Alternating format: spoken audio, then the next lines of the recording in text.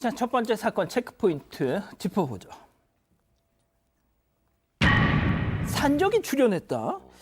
자, 지난 금요일 서울의 한 등산로에서 20대 남성이 갑자기 등산 잘하고 있다가 집단 폭행을 당한 사건이었죠. 네, 그렇습니다. 지난 금요일 오후 5시쯤에 서울 노원구에 있는 초안산 등산로에서 벌어진 일인데요. 한 20대 남성이 다른 남성 3명에게 둔기로 집단 폭행을 당했습니다.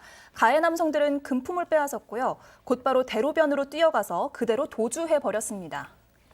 자, 다른 등산객이 저 모습을 보고 신고를 했는데 지금 가해자들이 지금 보시는 것처럼 대로변으로 도주를 한 상태라고 합니다. 추가로 뭐 더 들어온 건 없습니까, 팀장님? 그렇습니다. 현재 지금 사항대로 그 도로변, 즉 등산로 입구에서 3명이 그 강도인가 그랬습니다. 강도 상해로 볼 수 있는데요.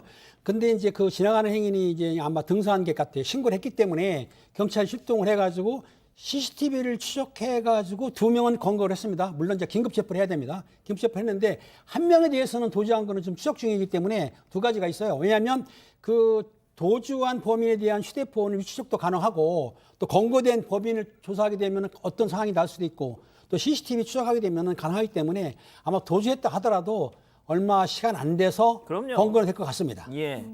아니 근데 왜 저런 일이 벌어진 거죠? 그러니까 이게 서로 다 아는 사람들이 아니에요. 가해자들도 그렇고 피해자도 마찬가지고 이 피해자하고 가해자들 사이에서는 SNS를 통해서 알게 된 거고요. 가해자들도 역시 서로 SNS를 통해서 알게 된 겁니다.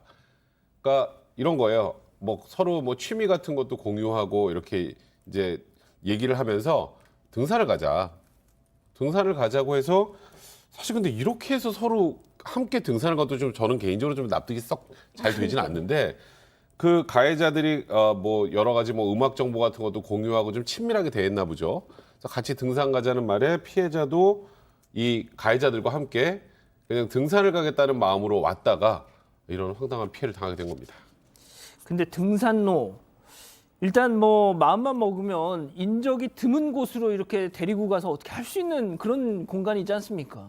뭐 사실 뭐 제가 등산을 잘 하는 건 아니지만 그래도 등산이라는 게 일반 사람들이 널리 하는 어떤 운동 중에 하나인 것이고 사실 등산로마다 굉장히 옛날에 어떤 문제점들이 많아서 CCTV를 잘 갖추고 있지만 그럼에도 불구하고 조금만 뒷길로 가면 또 CCTV가 안 보이는 곳도 있기 때문에 아마 이들 가해자 일당들은 이미 알고 있는 사이에 피해자를 한 사람 데리고 왔는 듯합니다. 그 피해자에게 정확하게 돈을 뺏기 위해서 나름대로 정확하게 뭐 물색은 했는 듯한데 CCTV와 주위 사람들의 신고로 이 사건은 지금 드러나게 됐는 것입니다. 자, 지금 우리 가족 여러분들이 뭐 고작 10만 원 훔치려고 저런 짓을 했느냐 하시는데 일단 이게 금품을 노린 범죄 같진 않아 보이고 말이죠. 이 휴대전화를 또 가져갔다고 하고 이게 뭔 의미가 있을까요, 이게? 일단은 금품 노린 거 10만 원 맞는데 휴대폰을 가져간 거에 대해서는 피해자가 신고를 못하게 가져갔는데요. 중요한 거는 하필이면 왜 그럼 깊은 산속이라든지 으스간 곳이 아니고 등산로에서 했느냐.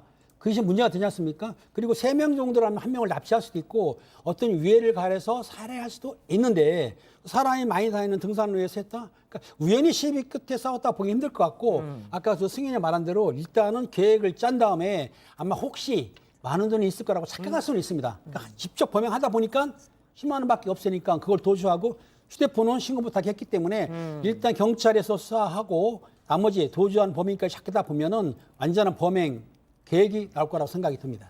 자, 뭐 지금 도주하고 있는 한 명 뭐 잡히겠죠. 이미 CCTV 동선까지 어느 정도 나왔는데 자, 그렇다면 일단 집단 폭행 그리고 네. 도주 어떤 혐의들? 예. 일단은 그 강도 행각이죠. 전형적인 강도 행각을 여러 명이서 하면 특수 강도가 됩니다. 거기다가 피해자는 집단 폭행을 당해서 굉장히 많이 다쳤죠. 그럼 이게 이제 강도 상해죄가 되는데 강도 상해죄 같은 경우 형량이 무기 또는 7년 이상입니다.